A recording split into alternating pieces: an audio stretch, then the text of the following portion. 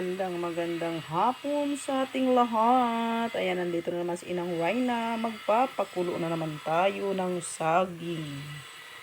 Ayan, pag-start pa lang ng kulo, ayan, mamaya, magkain na naman ang Inang Rhina ng saging. Kaya abangan niyo po mamaya.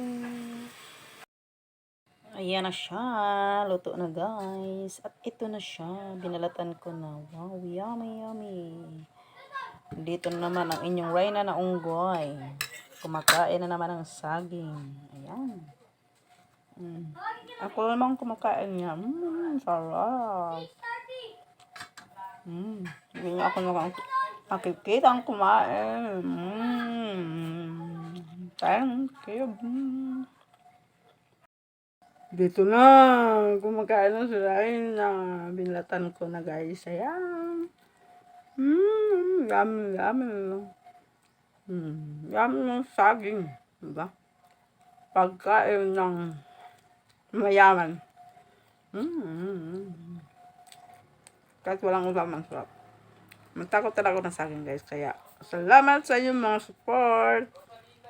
Ang Rhina ng Kabundukan. Love, love, love. Subscribe my YouTube channel. Love you and bye-bye.